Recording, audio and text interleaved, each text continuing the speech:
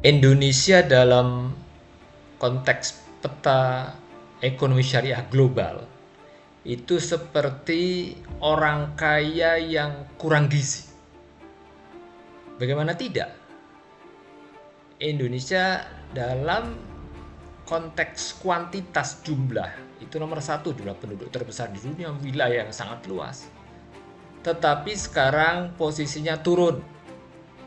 Ya, secara keseluruhan indeks itu dulu nomor 3, sekarang sudah masuk Uni Emirat Arab, Saudi, Malaysia nomor 1, Indonesia nomor 4. Yang lebih menyedihkan lagi dalam bidang halal food, makanan halal,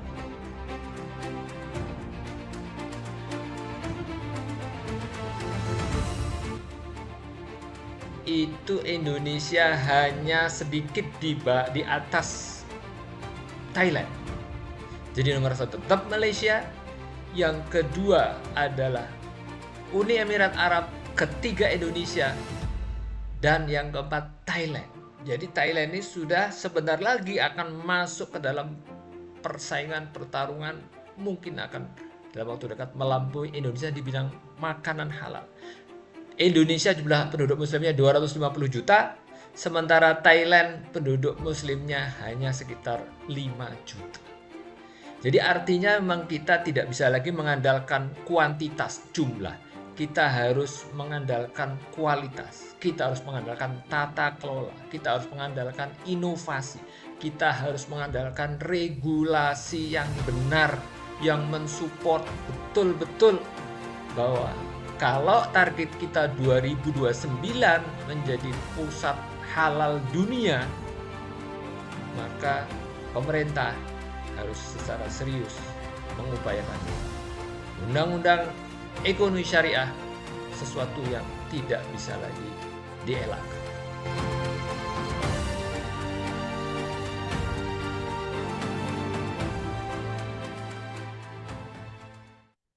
Bismillahirrahmanirrahim. Assalamualaikum warahmatullahi wabarakatuh.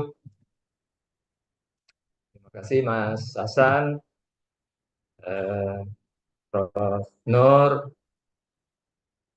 Prof. Madam Ani, Prof. Pandi, Pak Handi, Pak Didi ada, Prof. Didi belum ya? Sama Prof. Didi ya? Belum Mas? Ya, Prof. Titin karena ada halangan dengan yang lain, Oke, maka tidak berke, uh, belum Jadi berkesempatan Prof. untuk Didi hadir. hadir. oke. Ini Prof. Didi ya, hadir ya? Prof. Didi hadir. Oke, Prof. Mantap, Prof. Oke. Ya, tadi saya sama-sama ikut bersedih nih dengan penurunan ranking ini kita, aduh. Dan yang agak menyedihkan karena memang hampir di semua aspek ini kita eh, menurun, kecuali yang bertahan memang ya di modest fashion ya. Nah, jadi saya ingin masuk coba di dunia industri makanan dan minuman atau halal food. Ini bidang yang jadi kita itu selalu memang besar di dalam kuantitas jumlah, tetapi kita selalu kalah di kualitas, di mutu di dalam eh, ekonomi syariah ini. Jadi, maka kalau kita melihat dari segi ya top 15, saya kira sudah mulai merangsek nih Uni Emirat Arab ya naik, kemudian kita tergeser menjadi 4. Dan memang saya kira kalau melihat dari sisi ini memang kita harus banyak belajar, dan Malaysia selalu menjadi yang terdepan selama 12 tahun. Nah, kalau melihat dari negara-negara yang terkemuka, ya berarti top 3 lah ya. Kita kan yang ranking 4 ya nggak dapat medali kan, jadi medali emas, medali perak, medali perunggu kita nggak dapat. Itu negara-negara tersebut memang menunjukkan adanya pengembangan ekosistem yang terkoordinasi di seluruh regulasi, di investasi, perdagangan, infrastruktur, dan juga dalam hal ini negara-negara tersebut juga memiliki dukungan kelembagaan yang kuat. partisipasi sektor swastanya aktif, ya. Jadi pemerintah memberi fasilitas, mensupport swasta aktif, peningkatan integrasi sektor ekonomi Islam ke dalam strategi pembangunan nasional yang lebih luas. Jadi betul-betul diintegrasikan. Kita kan memang ya sudah masuk lah di RPJMN, RPG, PJP, pengelolaan jangka pendek, jangka menengah, jangka panjang, ya.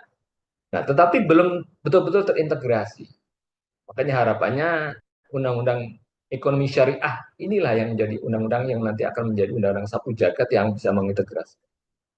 Di dalam konteks ini seluruh perangkat teratas pertumbuhan itu diperkuat oleh adanya permintaan domestik yang kuat, kemitraan internasional, ya jejaring internasional, transformasi digital, aktivitas investasi yang menonjol yang kuat dan perluasan konektivitas perdagangan halal. Jadi di dalam negerinya pun kuat, internasional juga kuat.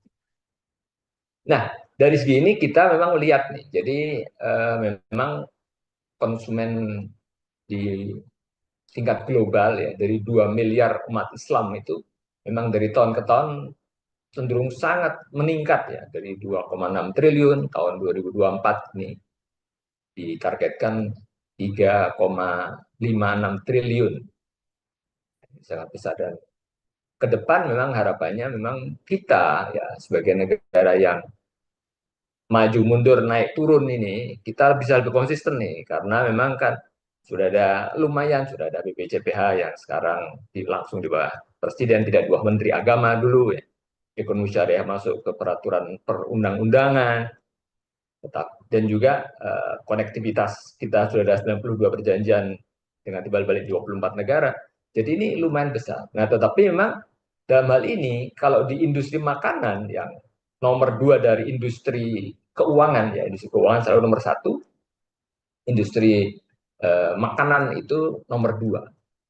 Dan kita memang sebenarnya kalau dari segi bobotnya ini kan, kalau berat badan kita ini kan penduduknya 250 juta orang, jadi tetapi kualitasnya memang masih harus dilakukan. Nah, beberapa hal saya kira ini yang menarik ya. Jadi sektor industri halal itu memang kalau dari waktu ke waktu itu mengalami penurunan prosentase. Ya, jadi penurunan prosentase ini, jadi prosentasenya dari 29 terakhir menjadi 18%. Sementara keuangan naik dari 53 kemarin 2024 69. Jadi dari segitu memang tidak balance. Jadi sektor realnya itu tidak ditarik oleh sektor finansial. Nah, ini yang agak menyedihkan lagi. Ketika kita sudah sedih lagi. Karena top eksportir ke negara-negara OKI itu coba ini, ada Brazil, Cina, India, Amerika Serikat, baru nomor 5 Turki. Barulah nomor 9 Indonesia. Yang lainnya ada Prancis, ada Jerman, ada Rusia. Sementara untuk importir, nah, kita juara 4, Saudi nomor 1, Uni Emirat Arab nomor 2, Turki dan seterusnya. Jadi kita masih menjadi negara konsumen, belum menjadi produsen. Inilah saya kira tantangan ke depan bahwa kita dengan negara oke harus memperkuat dan kemudian menjadi pemain.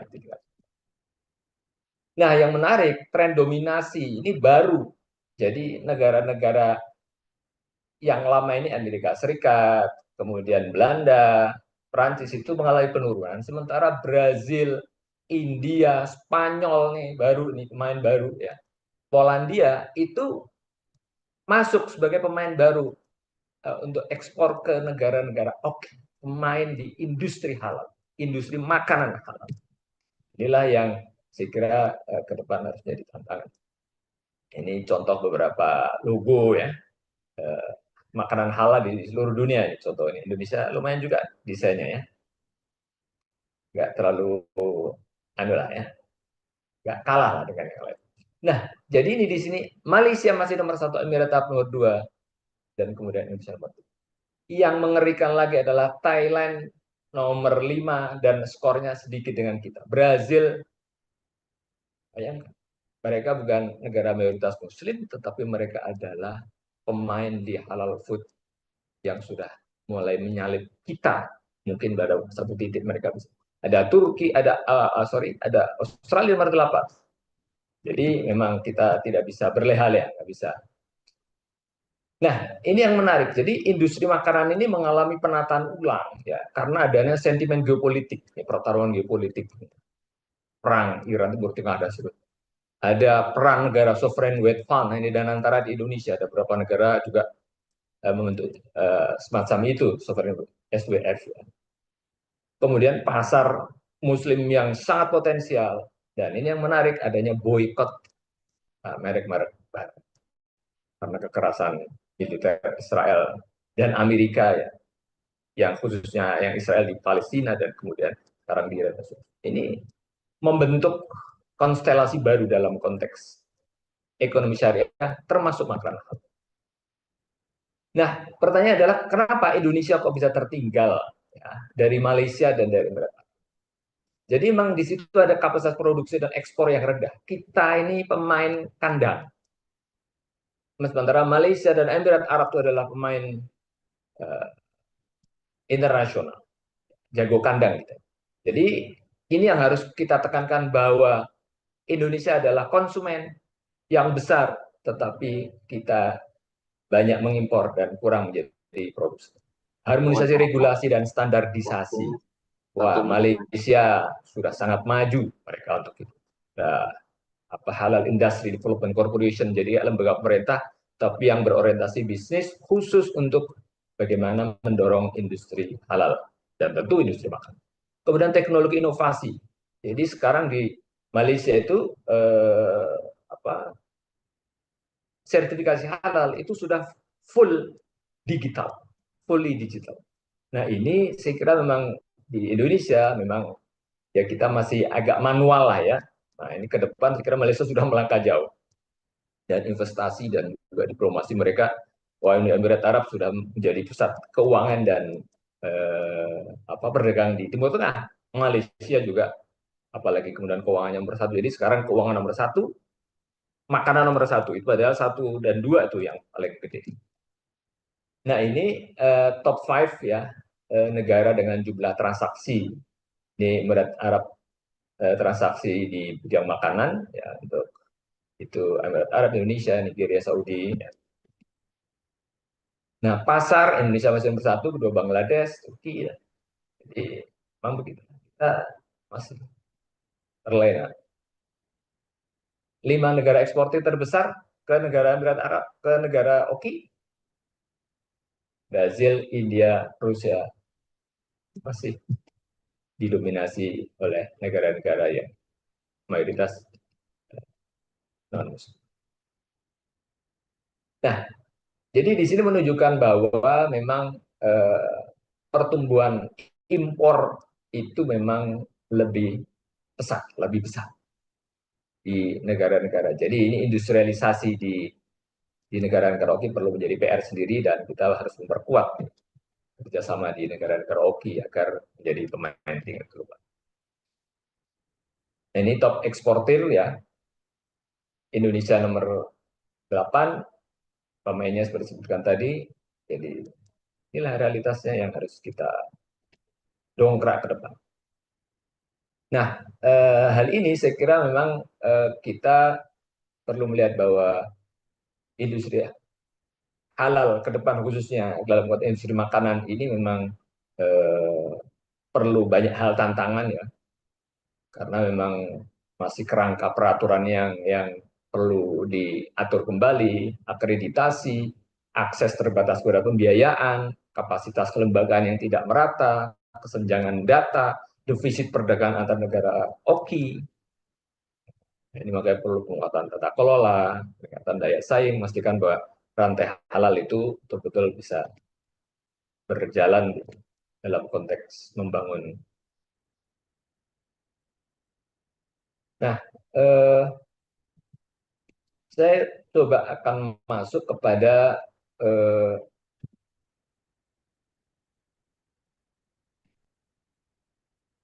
bagaimana populasi negara-negara OKI dan bangsa. Jadi penduduk Muslim muda dunia itu cenderung meningkat dan bahkan dibandingkan dengan penduduk-penduduk non-muslim. Jadi masa depan warga dunia itu nanti akan didominasi trennya itu nanti oleh generasi muda Islam. Tetapi kalau kita melihat dari ukuran pasar industri halal, itu memang kita perlu melihat bahwa ternyata tidak seindah itu. Jadi progresnya dari populasi negara organisasi Islam dunia itu naik dari 19% menjadi 28% tahun 2040 nanti. Tetapi ukuran pasar industri halalnya tidak seiring. Inilah yang saya kira patut ke depan menjadi agenda kita bersama. Nah, ini tantangan industri halal, ya, rezim sertifikasi yang tidak terharmonisasi ya di antar negara, karena ada lebih hampir 1.000 lembaga independen sertifikasi halal dunia. Nah, ini problem di negara-negara OPEC. Kapasitas infrastruktur, rantai pasokan, data, ketidakseimbangan, adopsi teknologi, kesadaran konsumen. Bayangkan kalau 250 juta warga kita tuh sadar bahwa kita harus memakan barang yang halal dan kemudian tidak mau yang tidak halal, itu tentu akan menaikkan kepedulian ini akan menaikkan produk dari. Nah, tantangannya juga tentu saja ini masalah bagaimana keselarasan sertifikasi, perdagangan antar negara oki, industrialisasi ya di bidang pertanian dan pangan, dan tentu meningkatkan kerjasama dan kolaborasi. Ini agenda yang sangat penting. Waktu sudah habis. Oke, nah ini saya akan berikan highlight terakhir. Ada 5 poin yang ingin saya sampaikan bagaimana penguatan industri makanan dan minuman halal sebagai motor ekonomi syariah. Yang pertama adalah pemenuhan kebutuhan produk makanan halal domestik itu dari produk dalam negeri sendiri. Dengan mengurangi semaksimal mungkin impor makanan, apalagi sekarang dolarnya naik 18.000, kita khawatir ini sampai berapa bisa bertahan. Jadi kita harus betul-betul berdiri di atas kaki sendiri, termasuk makanan. Dan hilirisasi secara masif hasil pertanian, perikanan, peternakan, sehingga mempunyai nilai tambah pada industri makanan halal di Indonesia. Berikutnya adalah penguatan ekosistem rantai pasok makanan halal dengan meningkatkan peran kawasan industri halal. Ini perlu didorong, dimaksimalkan kawasan industri halal ya. Di Indonesia sudah ada beberapa sebagai salah satu motor penggerak dan pusat produksi dan perdagangan makanan halal berorientasi ekspor. Jadi menjadi kawasan kayak kawasan berikat yang kemudian menjadi hub untuk orientasi ekspor. Nah, jangan lupa pemberdayaan UMKM. Ini adalah pemain mayoritas UMKM produsen makanan halal didorong pemerintah melakukan pemberdayaan dan kemudian mereka menjadi pemain makanan halal tingkat global. Jadi kalau di Cina itu tidak semua pemain global ya, apalagi di industri makanan itu bisa dilakukan oleh industri UMKM dan pemerintah berkewajiban mestinya meningkat. Berikutnya adalah pemerintah perlu mengambil peran lebih besar dengan adanya pendelegasian dari Presiden kepada salah satu menteri koordinator sebagai dirijen dalam orkestrasi ekonomi syariah di Indonesia dengan mensinkronkan kebijakan. Yang saya tidak bosan-bosan, perlu nih ada panglima di lapangan yang memimpin orkestrasi ekonomi syariah. Dan yang terakhir, ini tentu saja Presiden dan DPR RI penting untuk segera merumuskan RUU Ekonomi Syariah sebagai bagian dari integrasi dan sinkronisasi peraturan yang sebagian belum sinergi dan mendorong kemajuan pengembangan ekonomi syariah. Demikian, terima kasih. Assalamualaikum warahmatullahi wabarakatuh.